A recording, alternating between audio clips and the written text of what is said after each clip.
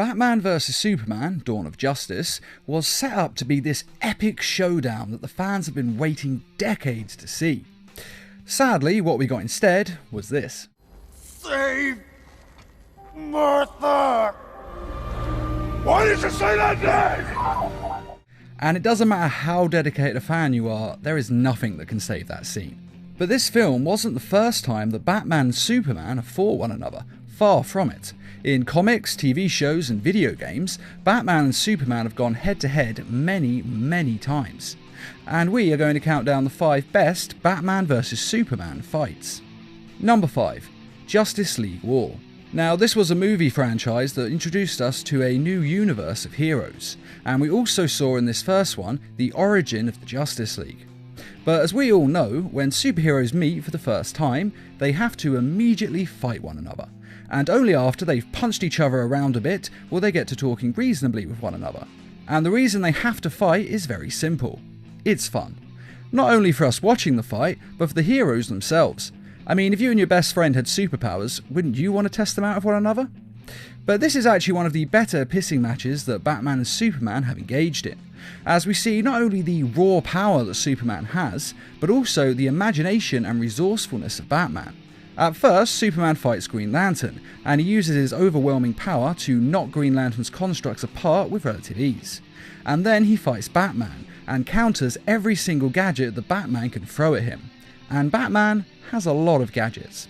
And after Superman shrugs off a taser, Batman knows that he is just too powerful to straight up fight. And so Batman doesn't waste any time in switching to another tactic. So instead of attacking him head on, he decides to attack Superman's senses, trying to take out his vision, then overwhelm his ears, and then after that fails, he just tries to avoid his blows, all in an attempt to find his weakness. But in the end, Superman was just too powerful for him, and we never really feel at any point in this fight that Batman has a genuine chance of winning. Though with that being said, Batman is able to stop the fight with ease, using his superpower, his intellect and knowledge. And he reveals that he knows that Superman is Clark Kent, and with just these few words, he abruptly stops the Kryptonian dead. Hey, what happened? We're done fighting? And then Superman uses his X-ray vision on him to find out that he's Bruce Wayne. And this is actually quite a good summary of the two characters. Superman uses his godlike powers to get what he wants, whereas Batman has to use his intellect to outmaneuver his much more powerful enemies. And as first meeting fights go, it's actually not that bad. I mean, all superheroes fight each other when they meet, as I said, and usually this is just a bit of fan service. It's not a real fight, and everyone's left thinking, they easily could have done this or this to outmaneuver them. But this fight actually goes quite well. Yes, it is unnecessary, but it does show the two in quite good lights. And the only real complaint I have with this fight is the Batman actually says previously in the film that he has researched Superman's power levels, which means that Batman already knew that none of his attacks would work, so why bother with them? But if you ignore that part, it is actually quite a good fight.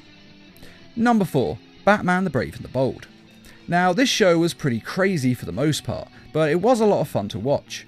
And though many members of the Justice League were regularly in the show, Superman was surprisingly absent. But when he does come to the show, he is promptly exposed to red kryptonite. Now, in the past in comics, red kryptonite does pretty much whatever the plot needs it to. It's turned him into clones, it's given him new superpowers, and even grow an eye in the back of his head. Red kryptonite does pretty much anything you can imagine. Whatever the writers want it to do, it does. But that was in the past, and generally speaking these days in comics and other media, red kryptonite just turns Superman into a selfish jerk. No autographs! And this exposure to the Red Rock was of course a plan of his arch-nemesis, Lex Luthor, who has given gifts to Jimmy Olsen and Lois Lane, the two closest people to Superman, and these gifts have red kryptonite in them. And after Superman is exposed, he eventually turns full-on evil, and even tries to take over the Earth. Kneel before King Superman! Which of course leads to Batman fighting him, on his own, with no backup. Because of course, who else would fight the Man of Steel? So Batman then dons his classic battle armor from the Return of the Dark Knight comic, and the two begin to fight. And since Superman is now evil, he doesn't actually hold back against Batman, and he slaps him around like a ragdoll. Though fortunately Batman does have Krypto on his side. And though Batman is drastically outpowered, he isn't actually trying to beat Superman, he just needs to keep him busy until the red kryptonite gets out of Superman's system. The effects of red kryptonite only last 24 hours. We just need to contain Superman for a little longer. And of course, Batman lasts long enough for Superman to return to normal. Are you all right? Yes, I think so. I'm sorry. And then the two team up to take down Lex Luthor, using the old switcheroo, where Batman pretends to be Superman and Superman pretends to be Batman. That way Lex Luthor uses kryptonite on Superman, which doesn't hurt him because it's actually Batman, and then uses lethal force on Batman, which doesn't hurt him because he's Superman. It's a little bit of a trope that they regularly do with Lex Luthor. They've used it many times in comics and films. And it is a bit silly, I know, but it's also kind of a classic thing they do, and the inner fanboy inside of me just can't help but love it. Number 3. The Batman. Now, with the show The Batman, I must admit that the first season or two wasn't very good. But from the third season on, it actually really picked up, and I do recommend watching it. And in the final season, several team-ups with Justice League members occurred, which were some of the best episodes the show had. And the fight that we're talking about happened in a 2-part Superman story, where the Man of Steel comes to Gotham and then promptly gets mind-controlled into killing Batman. Now, having a hero mind-controlled into fighting another hero has become a bit of a tight cliche. But to be fair to writers, it is quite hard to come up with legitimate reasons for heroes to fight each other in a way that actually makes sense. So we can forgive them for using the old "he was mind-controlled" excuse. And in this particular instance, Lex Luthor once again uses kryptonite, and he combines green kryptonite with Poison Ivy's mind-controlling gas, and the two create a formula that turns Superman into Lex Luthor's slave. I said bow, you alien swine!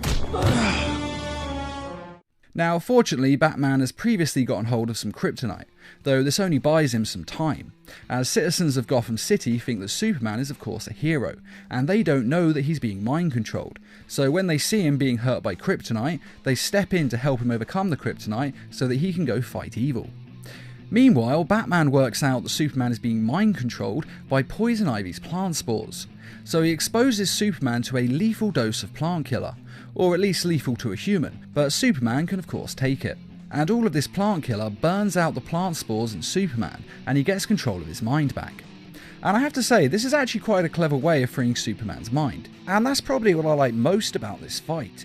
Batman is able to beat Superman by using brains against brawn, which in truth is what all of the fights of Batman vs Superman really come down to. And this episode also leads Batman into designing a kryptonite gun to take down Superman in the future, along with weapons to take out the rest of the Justice League as well, which some of the members, quite understandably, take a little bit of offense at. Blame it on me, guys. I went temporarily renegade the last time we worked together. This might have saved a lot of time and trouble. And possibly the strangest part about this whole fight is that at the end of it, the two now trust each other implicitly, and have even become friends. It's an odd way to begin a friendship, with one trying to murder the other while high on drugs, but hey, who are we to judge? Number 2. The Dark Knight Returns Part 2. Now this film and the Part 1 film are actually one of the best film comic adaptations that I've ever seen.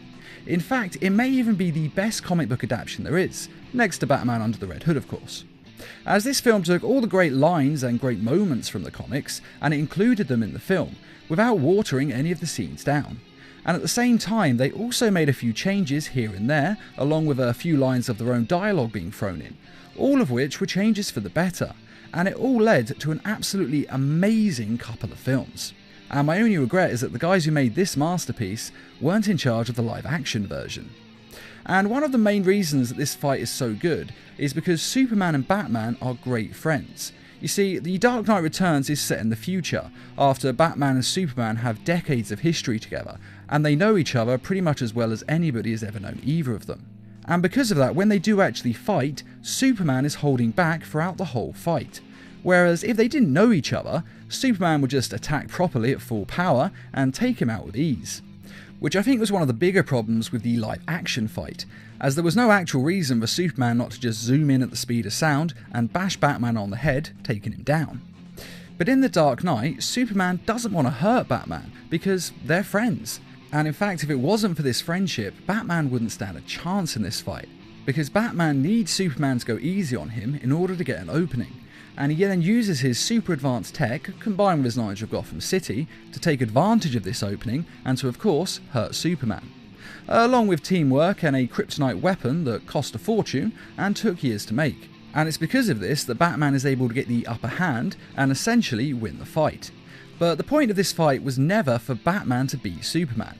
No, what Batman was really intending to do was to use the fight as a way to fake his own death, so that he could continue his work in the shadows as Batman uninterrupted by the government. Because in this story, the government are the ones who've ordered Superman to take out Batman. They've actually taken out pretty much every superhero except for Superman, because they've decided enough is enough and superheroes need to be controlled. Because in the future, Superman has essentially become America's attack dog. It's a great comic book story and a fantastic couple of films, and probably the most famous Batman vs Superman fight there is.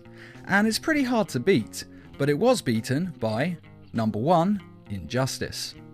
Now, the games may be titled as Injustice, but really the first game, and a decent portion of the second game, were just Batman vs Superman. And the cutscenes from these video games are a damn sight better than that god-awful live-action one. And Injustice is hands down the best fight, because it's the only time that the two ever really fight for real. Usually when the two fight each other, it's either because they're acting tough, being mind-controlled, or are forced to fight by circumstances beyond their control.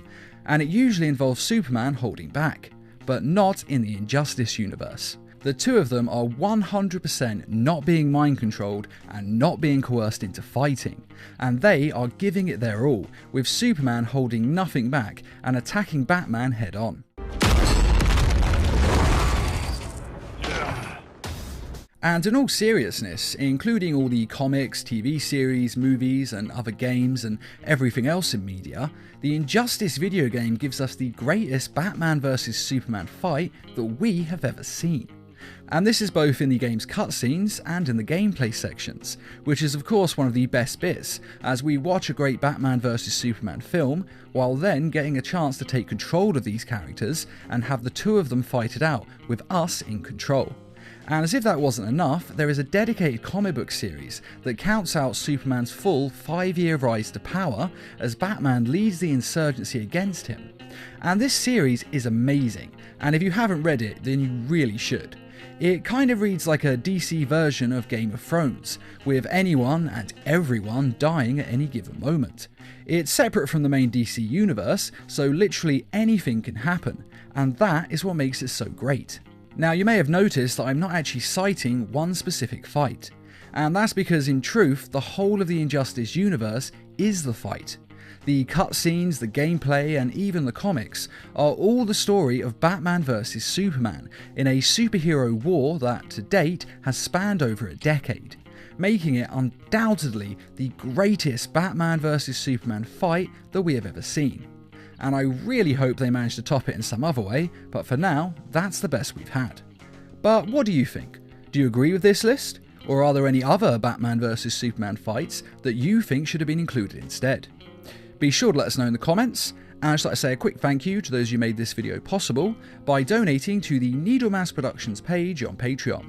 And as always, thanks for watching, and feel free to subscribe, share, like, and comment.